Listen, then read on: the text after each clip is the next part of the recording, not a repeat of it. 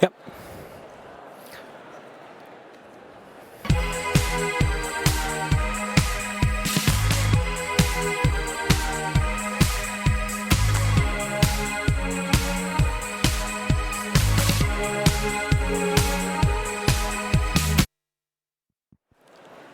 So after first technical difficulties, it's channel one. Channel one, got it? Yes, perfect. So, ladies and gentlemen, welcome to a brand new episode of Headless but not Brainless. So, it's a tonight talk show. So, what it is about? It's about basically, it's a talk show, so that means we're expecting people to calling out, cheering, booing, applauding, go. Whatever you want to do, go, let's go for it. It's pretty much probably also one of your last masterclasses. So let's get the energy drained out after this, right? So we got a good lineup today. We'll get to that in a second. But first of all, my name is AJ. I'm Chief Sales Officer at IBM. And yeah, I'm very thrilled to have you here and having you join here today. So let's get to the motto first. So I said it already, headless but not brainless. And I think it's also a perfect motto for the OMR, right? So who feels a little headless after too many drinks last night? Come on, don't be ashamed. It's all right. And who feels a little brainless after too many content sessions, conversations at the OMR? And who feels both? Very good, very good. So, what's in the show today? So what we will do today is, together we will explore the possibilities, challenges, and the incredible potential behind composability. So we'll talk quite a lot about headless architectures, composable commerce, and this also from a software perspective and also from an implementation perspective. So you will get the end-to-end discussion, the end-to-end story from us, and stay tuned for that. So we'll uncover decoupling the front-end presentation from the back-end, enabling flexibility, scalability, and innovation. So starting from e-commerce to content management, from mobile apps to virtual reality, our expert guests will share their experiences and their insights, shedding light on the way headless architecture works and how this can be kick-started and of course also scaled into your company, into the market. So, with that having said, before getting our first guests on stage, I would like to do a little exercise with you. So, on your chairs, you probably have, either you're sitting on it or you're holding it. There are colored papers. Get them out. There is also a pen. And if you could, the clicker. So, I would like to ask you to write down MACH in big letters on your paper.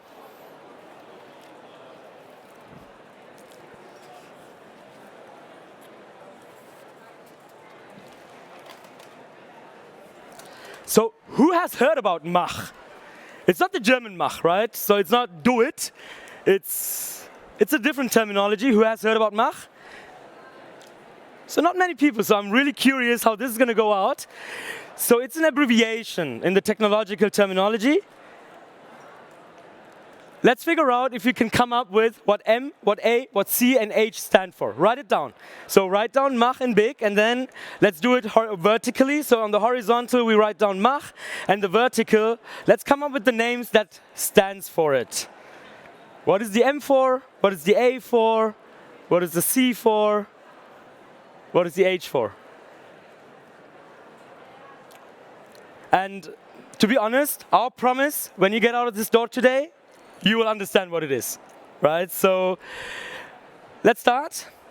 Who's got microservices written down? Quite some number. Who's got API first? Nice, nice, good.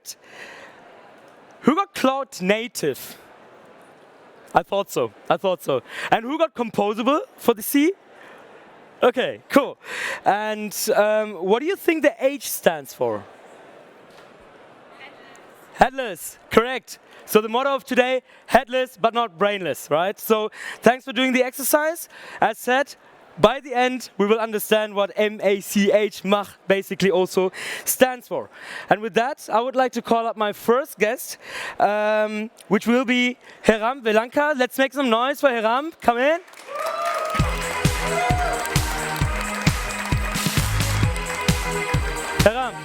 What's happening? All good? Take a seat. You can take a seat, you can stand. Is it on? Give me a sign. Is it on? Yeah. Yeah, perfect. So, Hiram, how are you today? I'm doing good. Yeah? How about you? How was your OMR so far? My OMR so far is quite good. So Yeah? a lot Good of discussions? a lot of old friends, a lot of new friends, Yeah. and a lot of marketing buzzwords around. So Many buzzwords, right? I think you guys agree. Yeah, MACH is one of them. Yes, I would say. And Headless too. Yes, I would And say. Composable too. Yes, so And what is your duty today? to clarify that, to demystify, Perfect. Nice. demystify everything that you heard so far about MACH, Headless, Composable, and also maybe brainless. Perfect. Hiram, what do you do? I work as a director for solution consulting at IBM IX in Düsseldorf, and I'm here today for presenting you guys how we do it, what do we mean by MACH, what do we mean by composable, how does content and commerce work together, because yeah, this is what business we are in, and this is what makes the customers excited about your brands. 100%. And maybe a couple of words about IBM iX? IBM IX, yeah, the best place to be. And I would say we are a full-service agency working out of Germany, Austria, Croatia, and working in the DACH market. And we have full-service agency, more or less covering all the aspects of user experience, design, strategy consulting, to business development, development of softwares, testing, security stuff, and also business consulting that goes along with it. Quite some wide range, I would say. Yeah. So, Hiram, we talked quite a lot about buzzwords. I already did a pre-assessment. I saw that. It was okay. It was okay. So my expectation, everyone, when they get out today, they need to have it by heart. MACH, what does it stand for, and why do we use it in the first place, right? Yep. So, over to you. Let's get right into it. Let's dig into it. So tell us a little bit about the evolution of MACH, Yep. and also what it means for companies and their digital landscape. Exactly. So, what we are talking about is basically building online experiences. We experience everything in our real life. At OMR, we are experiencing different things, but when we go online, we expect different experiences. And the place where we get the best experience, we start to value that much more than what we value that doesn't provide us with a lot of experiences or good experiences. For doing the digital business online, experience building has always been part of these two keywords that you see here, content and commerce. There's no content without commerce, and there's no commerce without content. 100%. Yeah? And with that, I would like to also bring your attention to this complicated loop, which looks complicated, but it's really not. It's all about creating online experiences, developing experiences. It all starts with defining phase. This is where you define your requirements, define your user personas, define what you really want to do. Then you get into the choosing phase. This is what we'll go into detail today, because that's the most important part now when we see all different buzzwords flying around. Then you design your user experience, design what you really want to do with your online platforms, then go into development, then go into testing, then integrating, and then repeating the same loop again and again and again to provide the best of the best experiences to your customers. Yeah? But it's OMR, so let's make it more interesting. I don't want to present you with some boring stuff around here. Who has been here? New York City, Empire State Building, maybe some clues? A lot of people around. That's cool. I was here the last year, and I had really good time there. And when I came back, I wanted to play around with what I saw in New York City, talking about Empire State Building, with Lego. How many guys? I see a lot of young people around. I hope that sounds good to you. How many people here around are into Lego? That's also good. So my analogy is going to work. So when I came back from New York, I am more into architecture stuff, so I wanted to also study architecture, and architecture, not the software architecture, but actually building architecture. Same here. Yeah? Child Really? dream. Child dream. Child dream, yeah. I always wanted But to never worked out. Same here. That's why we are here. And yeah, so Lego gives me a good opportunity to actually try out things without doing any harm to anyone. And when I came back from New York, I wanted to do this with Empire State Building. And I had basically two options at hand. Either go with what you see on the left, which is shiny looking, very easily done, and stuff which basically looks exactly like Empire State Building without a lot of efforts. Or on the right-hand side, where you start building your stuff from scratch or from the building blocks that you get, and not going with what you can shop online. How many of you would go with building this with the left side?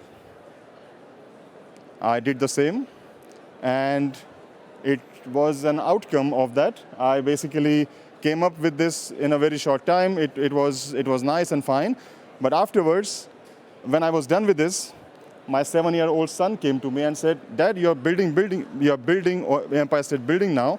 What if the customers of the Empire State Building want to now have an additional space on the 15th floor to just build some, I don't know, sky lounge? Or what if I want to extend I extend my king suite to actually make it look much bigger?" There's no chance to do that because you are fully into this. This is what you get, this is what you live with, and you need to stay with that. The final nail in the coffin was when my son wanted to land a helicopter on top of the Empire State Building, for which I had to really, really move the top to make it look like that. This is what I tried with the helicopter. Sorry for my PowerPoint skills. I'm not very good at them, but I think it's okay for OMR. So what we learn from here, the result, it is not able to keep up with the changing world. The world is constantly changing. You might have also heard that 50,000 times since yesterday. The thing that you see here is difficult to adapt. You cannot really change anything into it. You really have to make it dirty in order to make it change with the game. It becomes unstable too fast because you are working against an architecture, and it's difficult to manage the additional complexity that it brings in. So far with me? Give me a shout. Good. Ram, is King Kong coming anytime soon? King Kong is not planned. He's not planned, Not okay. planned. Unless you're talking about someone else. Let's not get there. Yeah. So let's think again, once again. What was it a right decision to go with the left one? I regretted after that because I thought maybe I should have done what looks on the right, but of course it doesn't look as pretty as it can, but that's our job. We are there for you. At IBM iX, we make things look also pretty, right?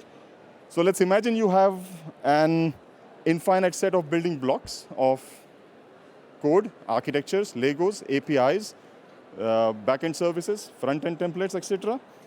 You have superpower to change their color, their look and feel, their shapes, etc. And you have limitless creativity, ideas that you are able to mix and match all of those blocks and make it really, really work for you. This guy is doing this for a living. I'm so envious of him that he is basically a Lego artist who makes all of these things, build the artistic things with the Lego, and this is what we are talking about. So the clear difference between buying something off the shelf versus building something with some building blocks is what we are talking about here, and this is what the headless commerce, the MACH architectures, the composable commerce bring you into account. So what is composable commerce? Let's demystify that term first. When we apply this Lego analogy into building online experiences, this is what results into a composable architectures, where you start building your own experiences by bringing your building blocks together and then delivering the value to your customers that is still able to change, is flexible, and is able to adapt to your market changes. Let's go back maybe a while. Headless. We heard headless quite a lot. What is headless? Headless is basically, so in the past, we always used to, I am developing online experiences and commerce solutions since 16 years now. When I started my career, it was only about having a big block of code, chunk of code, and doing everything into that block of code.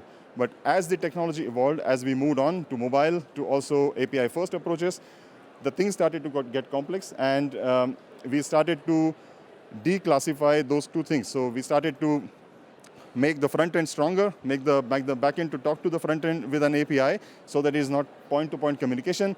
And this is where the headless back-end services, so-called, the other speakers will also talk about that, bring into account for the headless world. So, composable commerce. But what is the right composition, you might ask? Because it's too difficult to also crack it in the first game, that how do you find the right composition? It basically starts with a small idea. It keeps improving over the time. It starts adding value to your customers. and you win hard by doing so. This is what a good composition looks like. And with that, let's come to the last part. What is composable commerce all about? It's basically modular, flexible, scalable, adaptable, API first, and faster, and allows you to go to market quite fast as compared to what you do with other solutions or other way of building your online experiences. With that, thank you for listening in, and let's move on. Yes, let's move on. Maybe first of all, take a seat. We'll have enough time also to raise questions, but Hiram, first of all, I have a question. So we talked a lot about digital commerce, right? And we all know that, of course, digital commerce nowadays is one of the biggest revenue streams for many, many, many companies. And doing a change, an architectural change in this, whole commerce engine might, of course, also bring certain implicity with it, right? And certain risk with it. So how do you actually put composable in action without endangering, your business and all that? So where do you actually start? Yeah, that's a good question. So the first starting point is, of course, a bit tricky because we are used to doing things the way we did in the past, right? The main thing is to understand that we need to do something like a separation of concerns, that not everyone is doing everything, in the sense of also not all software code that you have is not doing everything. To start with that, there's something called as a front end, which takes care of delivering content to your browsers, to your different devices, to your smartwatches, to your mobile phones, etc., and work in that browser. The other side of the things, which is providing it with the data, the functionality, with all the, your first name, last name, for example, when you go and log into your website. This is all coming from the backend services, and the front end fetches all of that and puts you on the browser and puts that information on the browser to make it look pretty, make it look flexible, and make it also adaptable to the different viewports and the different devices you are working with. So the first thing to start is with decoupling those two things so that the front end can take care of delivering experiences and the back end can focus on delivering what goes into that experience. So the first step is to start that decoupling, and then we go into more and more additional changes that we do on the way. Perfect. Hey, perfect answer. And with that having said, we talked about decoupling. And when we talk about decoupling, we talked about it earlier. You already mentioned it. It's content and commerce. So let's start from the bottom. Let's talk about commerce first. And for this, again, we have another expert joining us today. So I'm very proud to have Alex joining us from one of the leading software providers for Composable Commerce, commercetools. Alex, thanks for joining in. Take a seat. And so, how are you today? Oh, thank you. But to be honest, I answered both questions with yes in the beginning. Oh, you did, right? Yesterday evening. But it's getting better now. Looking at the audience, I'm quite impressed. Thank you for being here, by the way. Perfect. And you just came back from your holidays, right? We talked about it earlier. Yes. I arrived on Sunday, and it was a bit more quiet in southern Tirol, nice. Tirol, but I also heard there was quite some sun there. Yes.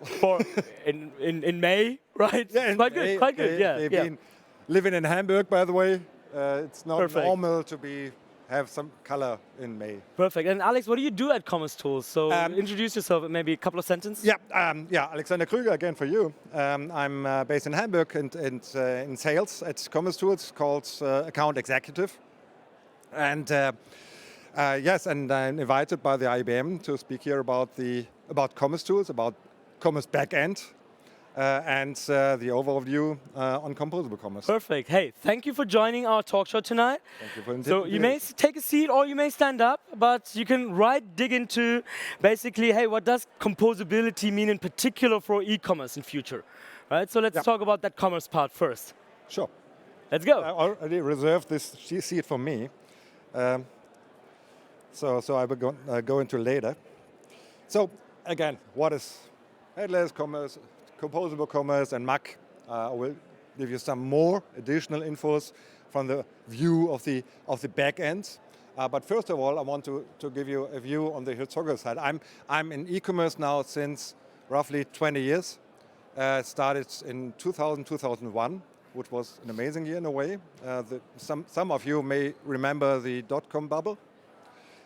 However, in these days, maybe a bit later, you can see it. it was just about selling products. Just we want to sell our products online. People were totally crazy to get any kind of platform to sell their products online because it was absolutely hyped. Afterwards, the thought came up, okay, how can we differentiate from our competitors? And the next two things had been the content. Content is king. I think all of you know the sentence. And more it comes to an experience side, less than just selling a product. It was more than binding the customers by content, by a shopping experience. And therefore, today we're talking about omnichannel, experience, content, whatever comes in your head. And but the reality, and I know that from my day-to-day work, is very often these really good ideas,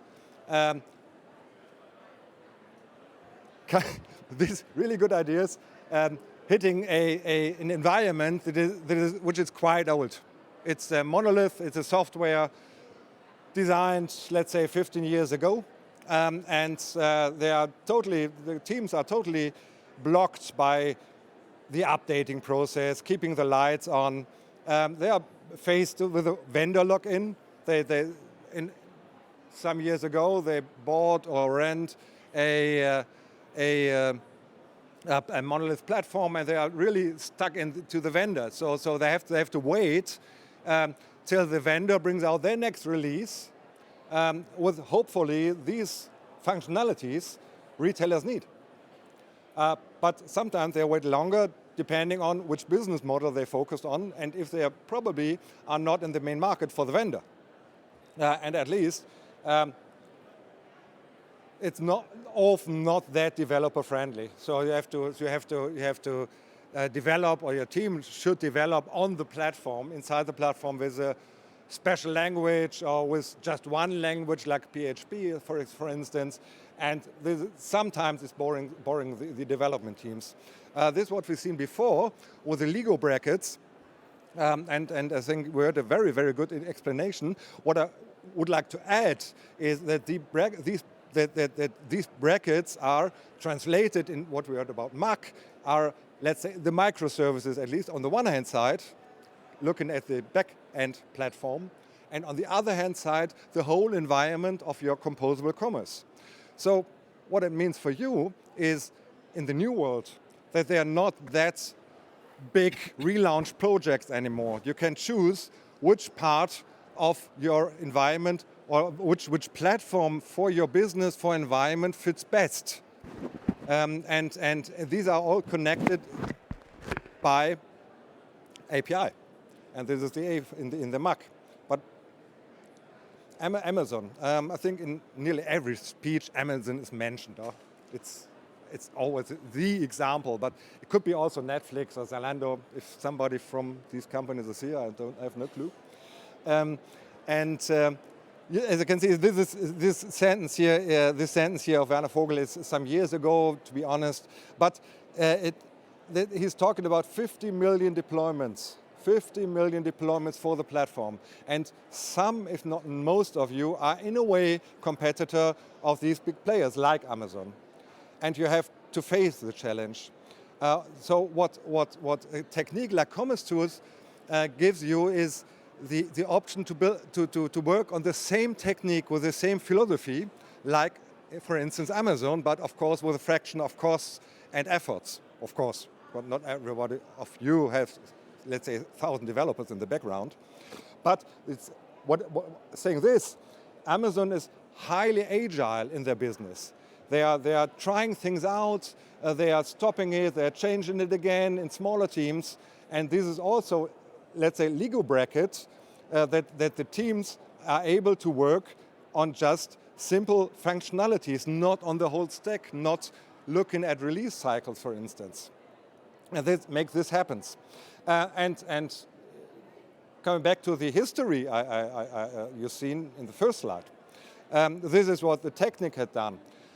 First, you have the monolith suites, which are still on the market, promising as many functionalities as possible.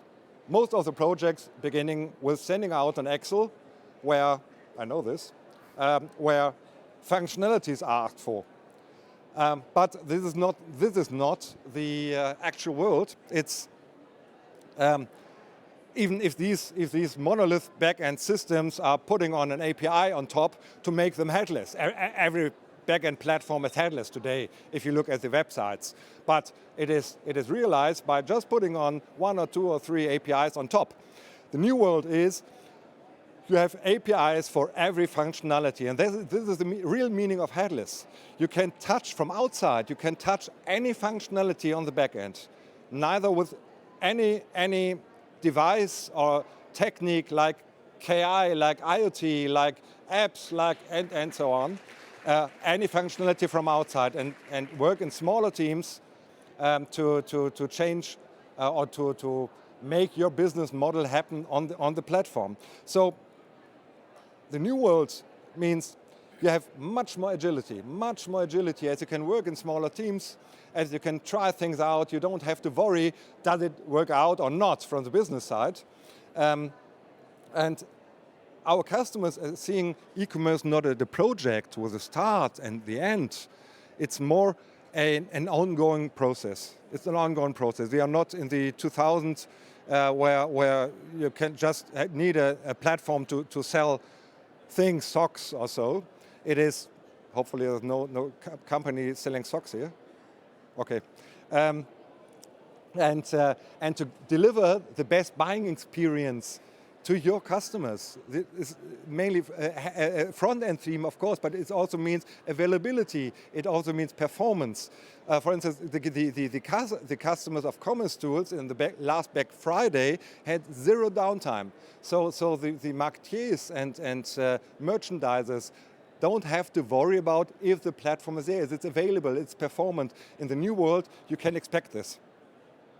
And as mentioned, you don't have the big relaunch projects anymore. Classically, looking at the updating process and the efforts you have to put in, normally a platform will be replaced after 3, 4, maybe 5 years. This don't happen in the world of composable commerce anymore, as you just change brackets out of the Empire State Building. One last word to MACH. MACH is an alliance. commercetools is founder of the MACH Alliance, consisting today of around 60 companies who are all following the 4, seeing this, microservices, API first, cloud native, and headless, all these principles. And there's a podcast, as you can see, there are meetings. You have the option to be ambassador at the MACH Alliance. Just scan and take a look at the MACH Alliance. Alex, that's all from my side. Thank you very much that you listened. Please take a seat. Also for you, I have a question. So we talked quite a lot about commerce, and in that context also headless, right? So as we are here at headless but not brainless, what is the game changer at the end of the day? So why headless? What is, from a commerce perspective, again? Okay, I would say that there are today and probably in the future that many, let's say, markets, touch points, techniques, business models outside. I mentioned KI. What is about the metaverse, for instance? Opening a shop in the metaverse, for instance, could be an option someday. Was an option. Yeah, it was an option. I remember this. Yeah, a long time ago, but it's now in the next phase. Probably, maybe nobody knows. Who knows? Nobody knows. Exactly. Yeah, but nobody knows. But someone out there is working on it, right? Headless, to be honest, headless is not only leaving away the front end or the content management system. It's being open to any kind of touch point for interaction with your customer. And therefore, you need a real open back end, which is accessible from outside in the depth, not only in parts, the database, the functionalities, anything. Perfect. Alex, thanks a lot. And with this having said, you mentioned content is king. Right, and let's emphasize it. I would say was stolen, by the way. Oh, you stole? Okay, yeah. You definitely didn't find it. Yeah, definitely not. But I would also emphasize it. So I would say content and data is probably the currency in the digital age. right? Definitely, It yes. is at the end content and data. Data is another discussion, different discussion, but let's get to content. And for this, and which will be the last puzzle of this whole composable story, and for this, I'm really, really happy to welcome Christine Montag-Brown from Contentful on stage. Christine, nice to have you on board. Nice to have you on board. So Christine, how are you today? How was your impression of the OMR? I'm good. What's happening so Thanks, far? Thanks, AJ. I was lucky and I only had to come here today. So didn't have this long night last night, and it's always pretty exhausting to walk all the way. So you're not yet halls. headless. I'm not yet headless, and hopefully will keep my head also during this talk. So yeah, but always a great experience, great conversations. Always like to be here, and I hope you do as well. Perfect. Hey, thanks for being here. First of all, maybe a quick introduction. What do you do, and also in the context of Contentful would be great. Sure. So I'm Christine Montag-Brown. As you can see, I'm leading partnerships at Contentful in EMEA and Asia. And Contentful, I don't actually want to say too much about it yet, as I hope I will give you some more insights during my talk. It's a company that has a product that is also called Contentful, SaaS-based and API first. Fits well into the concept of today, and I will tell you more in a little bit. And since Alex just mentioned socks, yes, right? Thank you for mentioning this. Contentful also produce really cool socks, so maybe do some advertising for that.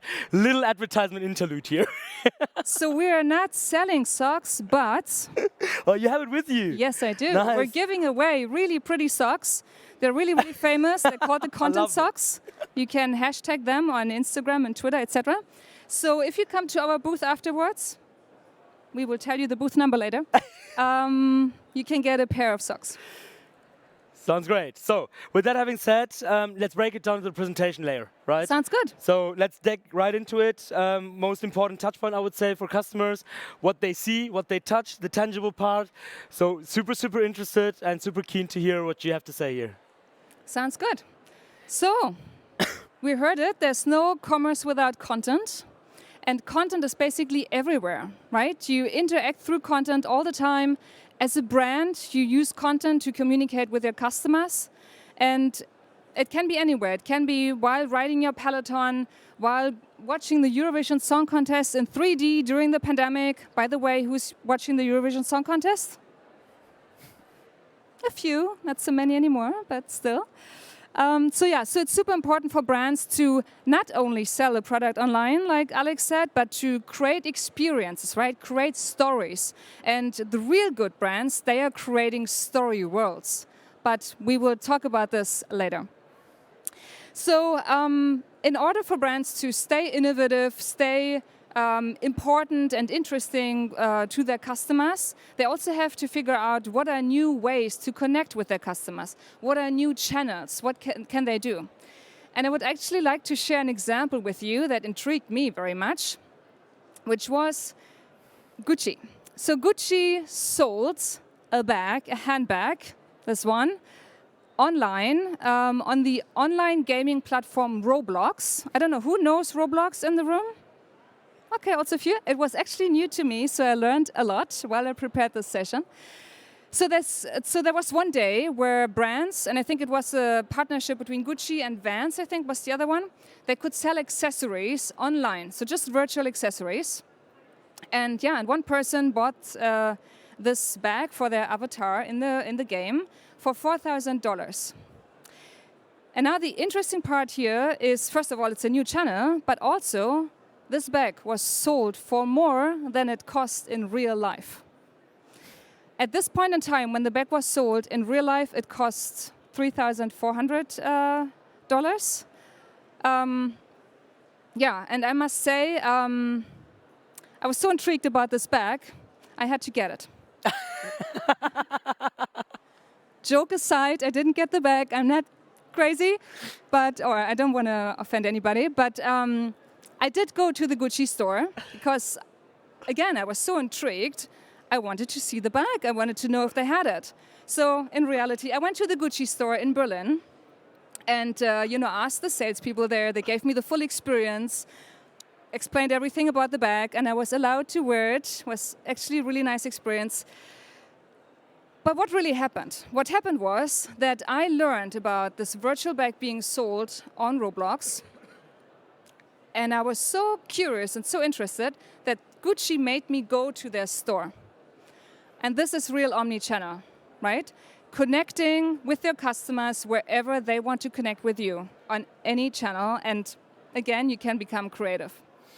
I also think you triggered some eyes here mentioning Gucci. That was Who really has a good Gucci opener. bag?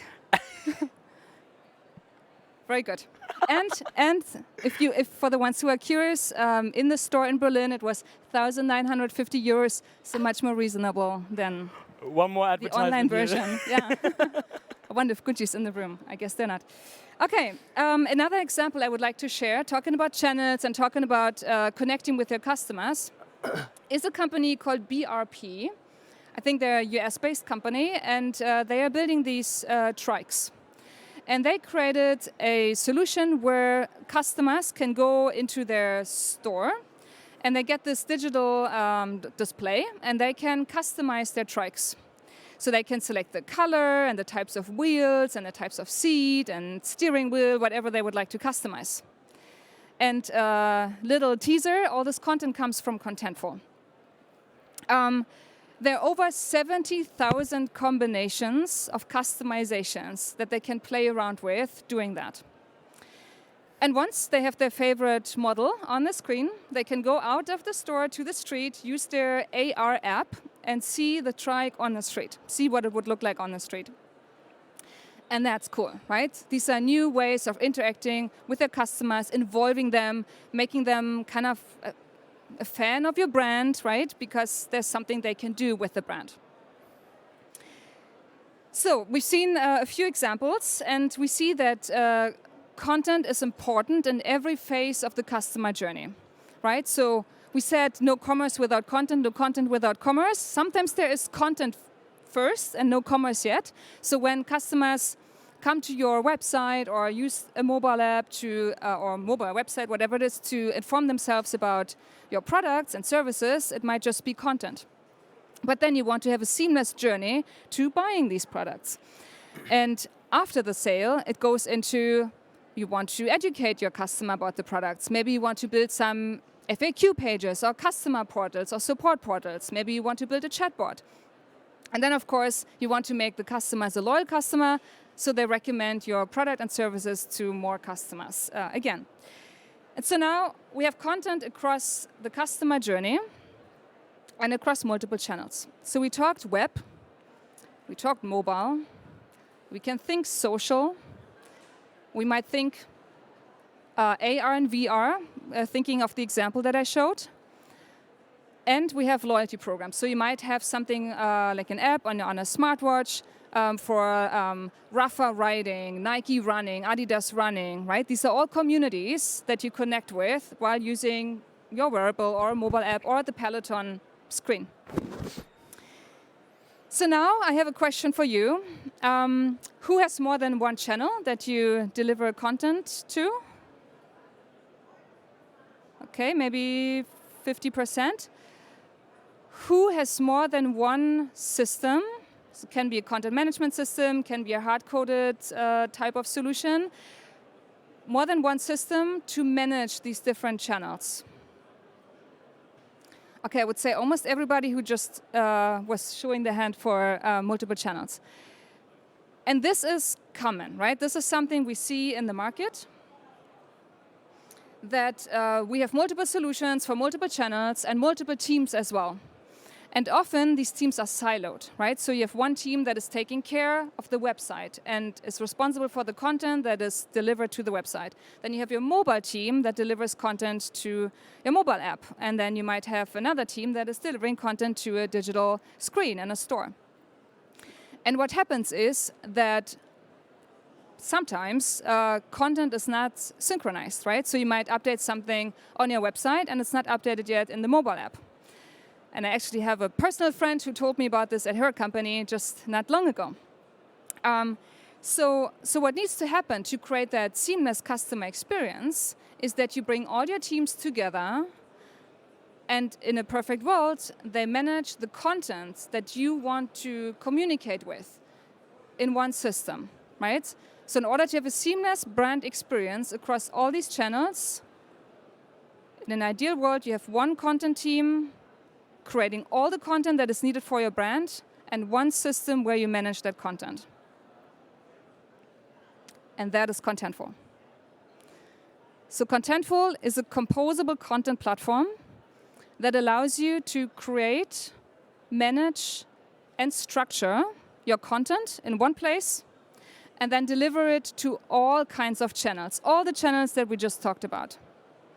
In addition, it interacts with commerce solutions, like, for example, commercetools, with your digital asset management, with your product information management. If you want to keep SharePoint, it might, or it does, communicate with SharePoint, right? And if you say, we do have a CMS in place for our website, but we have a lot of other interesting ideas, projects we want to do, and we don't want to replace the CMS for the website yet, it also communicates with the CMS that you use for your website.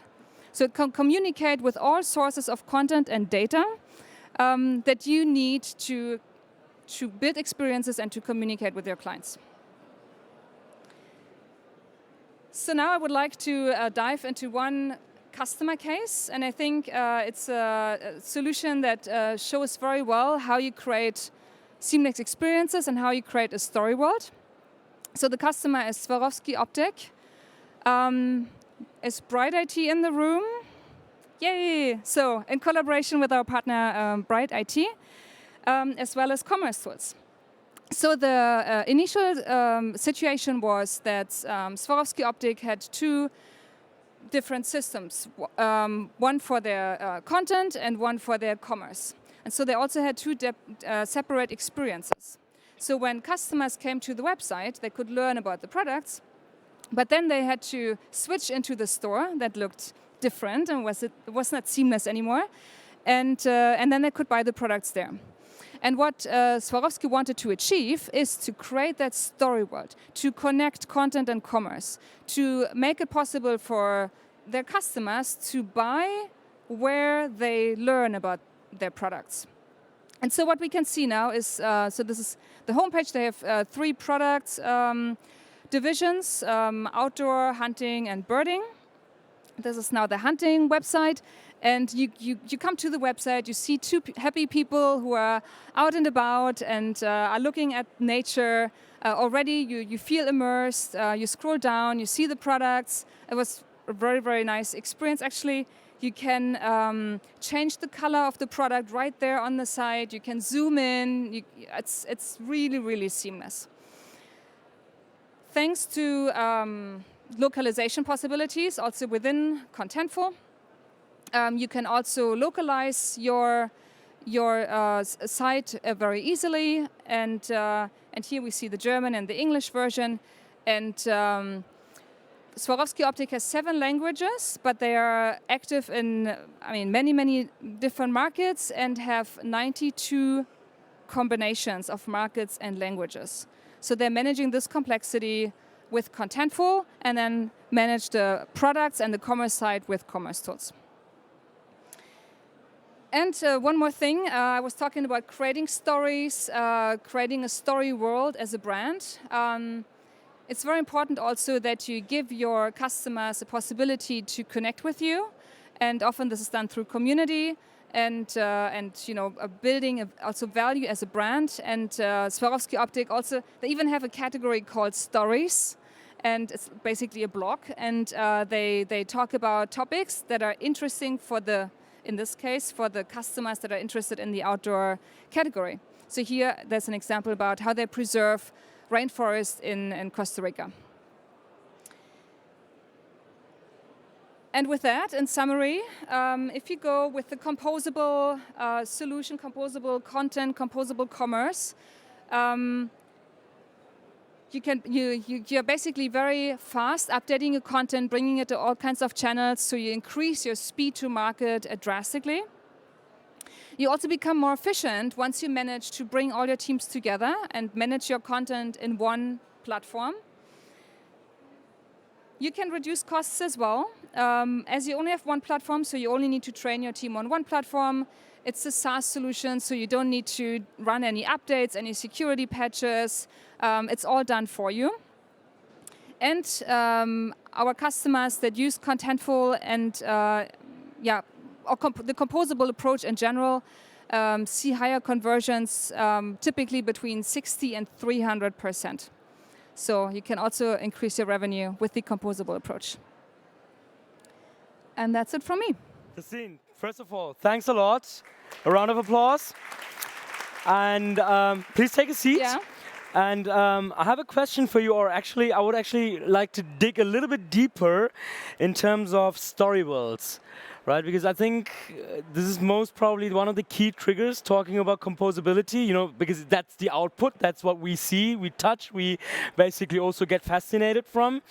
So, I don't know, do you have a couple of more inspiring stories where we talk about story worlds? Like, it can be from Contentful commerce tools, but maybe also, what's happening out there? Like, what's the best way to build story worlds? That would be quite interesting to know.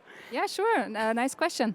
So as we said, as a brand, you need to. I'm standing up, and I can see the audience. Yes.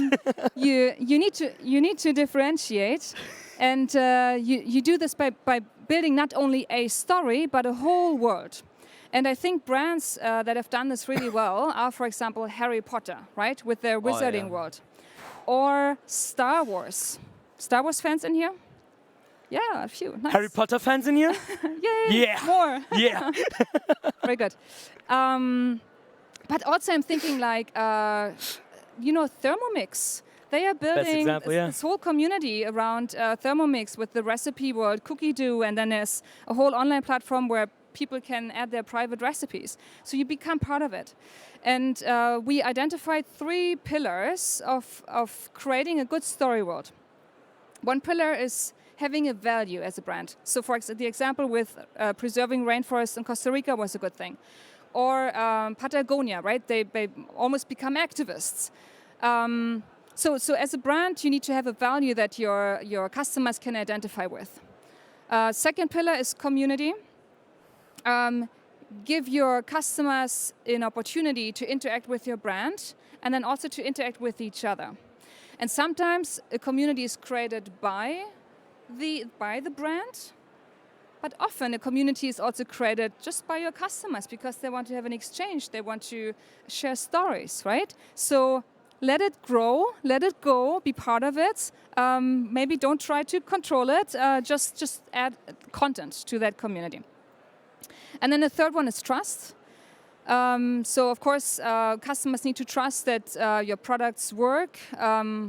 I was reading about an example with baby food, right? If the baby food is not good, you lose all the trust in the brand. So you need to have trust in the products being good, being high quality. A Gucci bag, right, needs to have high quality.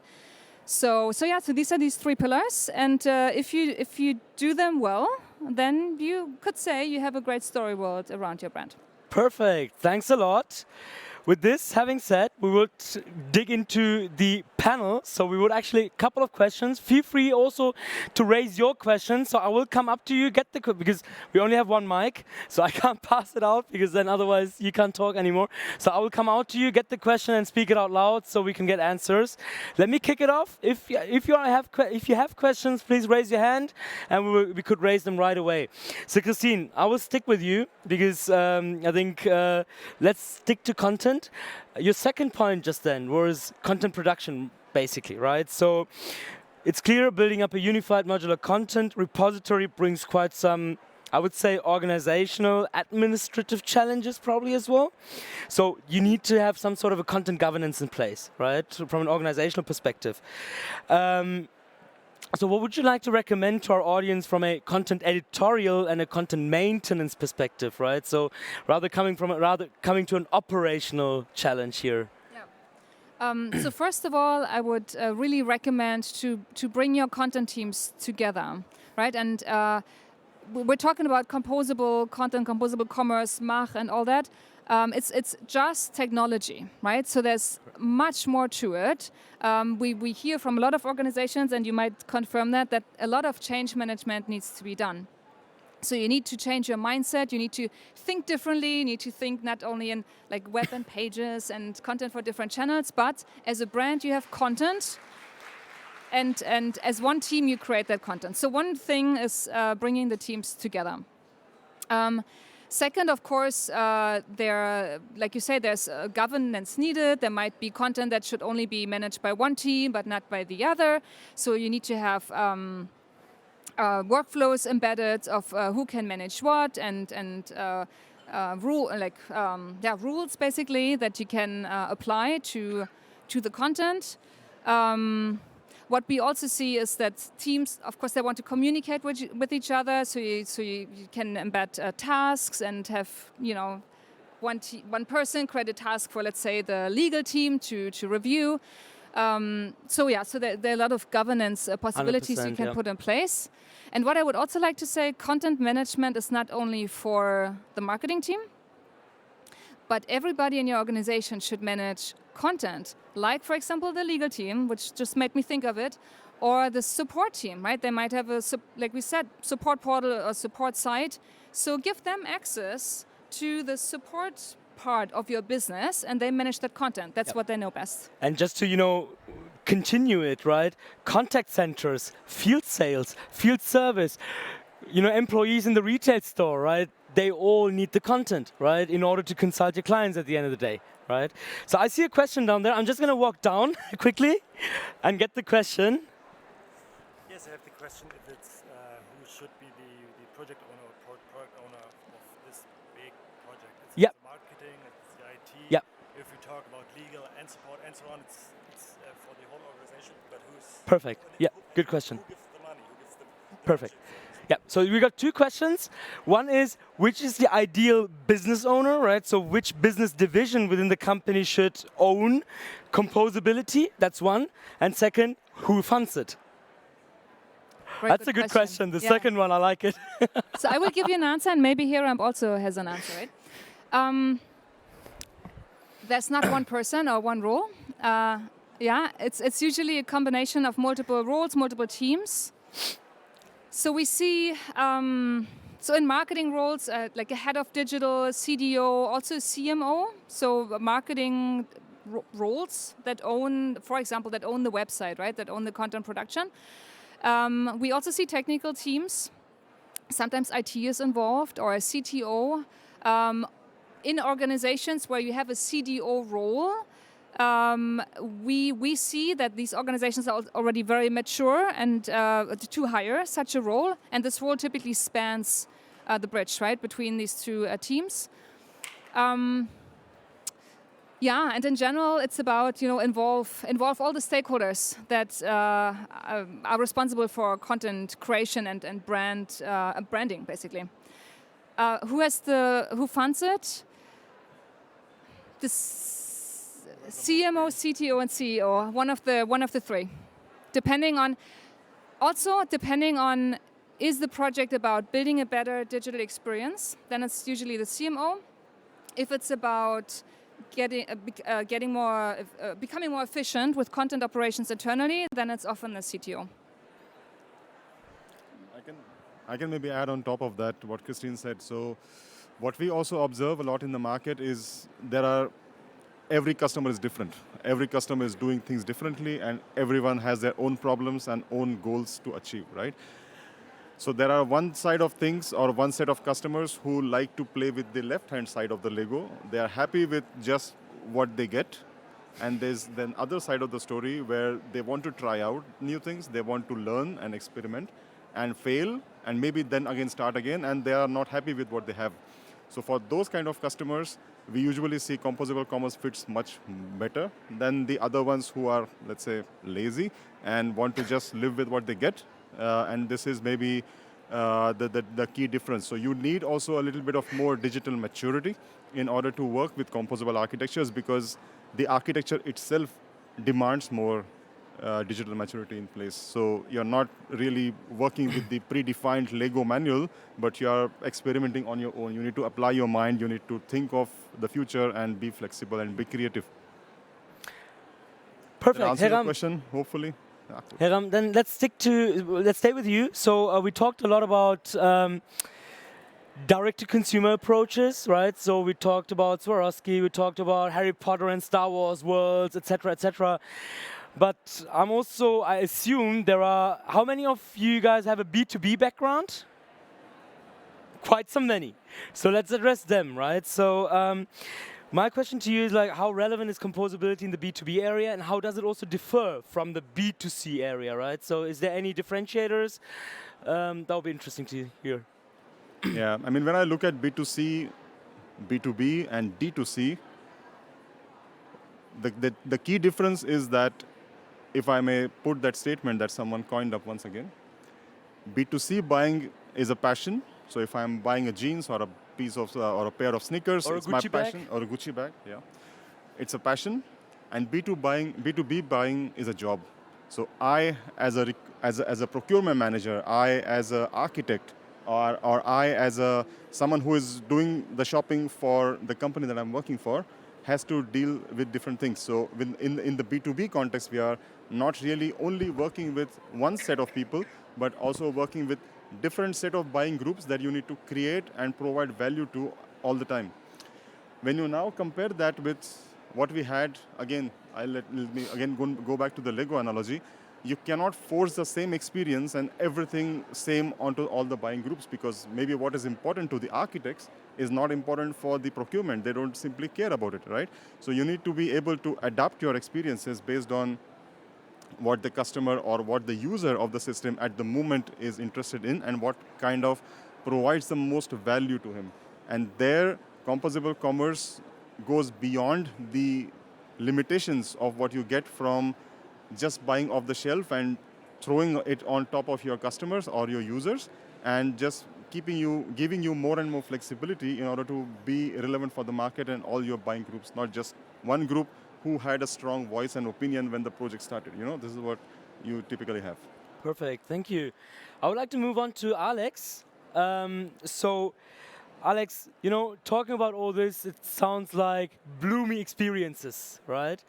But we all know it's not like that in many, many cases, right? So it's also, you know, talking about at the end of the day, it's a transformation project, right? So it's a transformation project from a platform perspective, but we also heard a lot about transformation in change, right? So that's a cultural and mindset adaptation also, you know, how you think platforms and how you design your platform at the end of the day.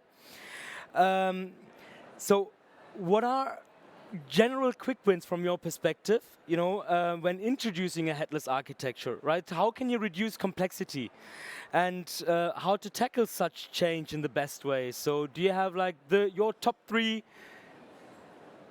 advices to our audience here? I have 3, maybe not the top 3. It doesn't have to be top 3. Make it top 1, top 2. Okay. First of all, I'm now in software sales since 30 years, believe it or not. And I found out software is not a solution. 100%. Every vendor is talking about solution. My solution does this and that, but software is not a solution. So it always needs a partner to help to go the whole way with the customer. That's the first one. Second one is take your team with on the journey, because going headless, if somebody is doing e-commerce jobs since years or decades, it's new. It's not just a piece of software doing this and that. It's a new way of thinking. It's a new organization in the development. We heard the microservices developing small teams on a simple, or not a single, not simple, but single business requirements. So get your team in the boat, and believe me, in my experience at commercetools, especially the technical guys really loves it. It's the shit on the market. And they really love it to work in these teams, not looking at releases and not taking care of updates and keeping the lights on. And the third, maybe the most, the best way is start small. Even if I'm in sales, I would say start big, but start small. Take the MVP, take more or less simple with the most valued outcome. Take it, start from there, and then develop the organization, develop the software, develop the partner, develop all the projects, and do not the big bang.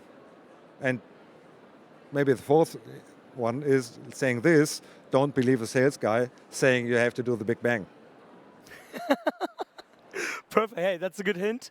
What I really loved, Alex, you mentioned at the first, software is not a solution, right? And I think this is something we can end this panel with. Software is not a solution. Software is a capability at the end of the day. So it's really the question, what do you do with that capability? How do you build a use case out of it, right?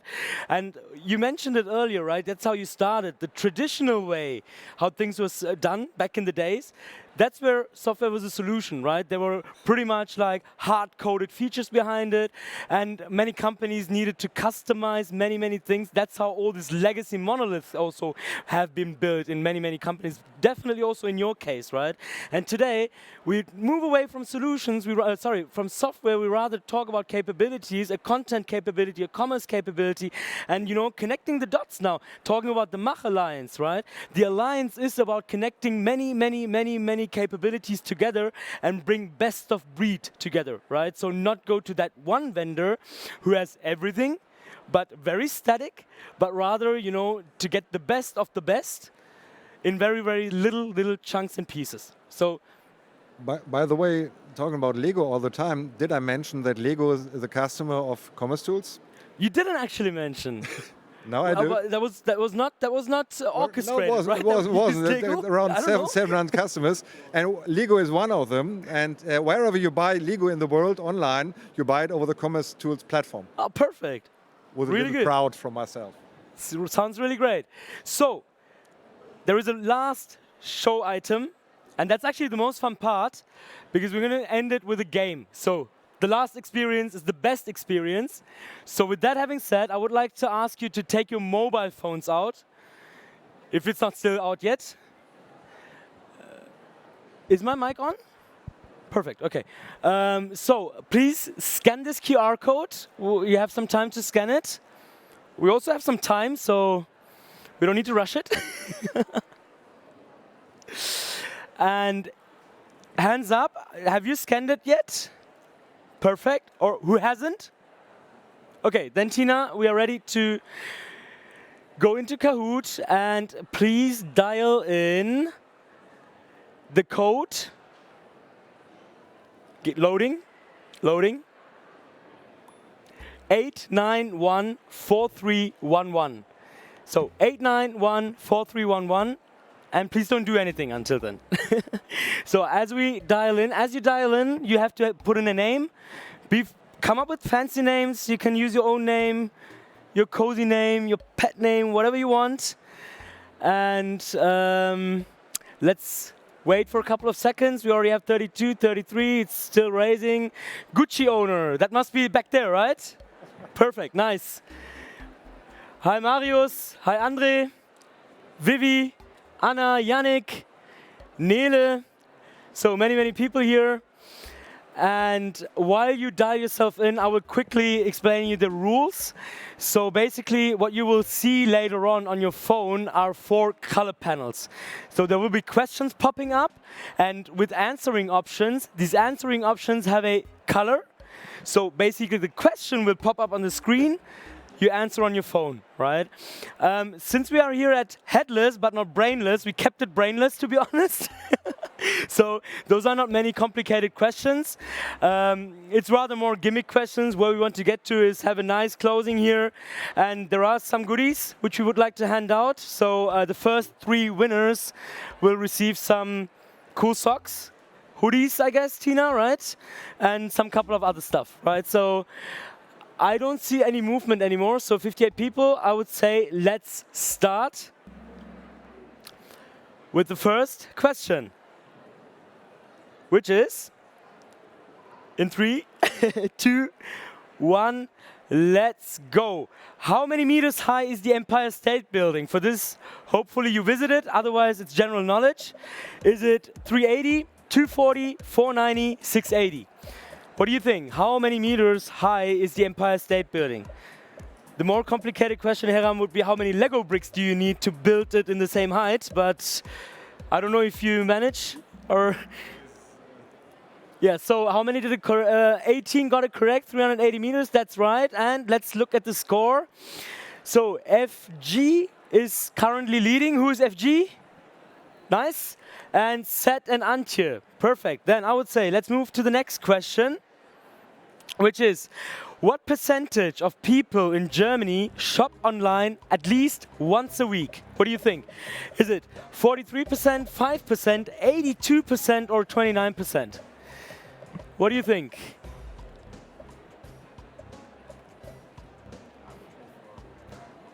So sorry? I don't know. I don't know. So how many got it right? What is actually the right answer? 29%. I would have thought it would be higher, honestly. Honestly, I would have thought it's higher. But let's look at the scorecard. It's still FG winning. Chris came up and Kim as second runner-up. So we got still 3 questions left. So nothing is decided yet, FG. So how many days did ChatGPT take to reach 1 million users? Was it 1 day, 5 days, 10 days, or 7 days? Quite a lot discussed in the press, so whoever has been following up on that, or also here at the OMR, I at least heard it twice since I've been here. So actually it was 5 days, 22 people got it correct. Let's have a look on the scorecard. So FG lost it. It's Vivi coming up to the top one. Antje's first runner-up and Lou as second runner-up. Who's Vivi? Hands up. Hey, nice, cool. That goes into the topic. So composable commerce is the silver bullet that will fix all your problems. What do you think? True or false? Yes. Do you think composable will fix it all? What do you think, Alex? Yes. Yes? Yes. And you, Christine? And Hiram? As a trusted advisor, what do you think? No? I would say also no. And yes, you all agree. I would say still 14 people are very enthusiastic about this topic, so good on you. Let's see on the scorecard who is leading. It is still Vivi and FG came up and LH is basically second runner-up. And with this, we are coming to the last question, which is going to be, what's the average time to impress a new visitor's mind on your site? So we are talking about story experiences here, so that's basically the analogy. Is it 5 seconds, 15 seconds, 1 minute, or 2 minutes? How long do you actually need to get impressed by a brand? What do you think? So I would start with Alex. What do you think, Alex? How much time do you need? I would really think the 5 seconds. Don't get manipulated by the results. It's already done. No, because after 6 seconds, the pop-up came up asking for my email address, and then I'm angry. That's so true, yeah. Huh? Yeah, okay, good. Yeah, okay, it's the cookie policy is also just. Yeah, but the really bad ones are also when the chatbot I would really say exactly. The 5 seconds from the beginning. Perfect. And Hiram, what do you think? Like typically? I would say less than 5 seconds for me personally. Sorry. Because the first 5 seconds you're almost closing all the stuff. So cookie policy, chatbot, location preferences, and all those things. And that's where they lose it. So yeah. 5 seconds for me as well. I totally agree as well. I would say like 2 seconds actually. It's just the first impression, right? The first view. And with that, of course, you know, the brand attachment increases over time as you go through the story world, right? But typically a couple of seconds. What do you say, Christine? You also agree? Yes, I would also have said a couple of seconds. First, like you say, first impression. Yes, so most people also answered with that. Some people said 15 seconds. That's all right. So let's have a look on the final scorecard. Drum roll on. Who's on the 3rd place? It is Jan. Who's Jan? Nice. Perfect. Who's LH? Perfect. 2 seats next to, and 1st place goes to FG. Nice. You made it. Really good. Cool. So all 3 top threes, you get your goodie bag from Tina once we are done here. With that having said, we are actually coming to a close. If we have questions, you may raise them now. Please raise your hand. We got time. Otherwise, feel free to come up to us after this. We have some time to discuss until we get kicked out of here. And once we get kicked out, you will see Contentful in the hall A4D02. And you will see IBM iX and definitely also Alex with us at A4D03. H03. So that's next to Spotify. Quite easy to find. So we look forward to some discussions. We hope you enjoyed it. This was Headless but not Brainless, your late night talk show towards the end of the OMR. Hope you enjoyed it, and yeah, have a nice trip back home if you make it today. Otherwise, we'll see on each other on drinks. Thank you.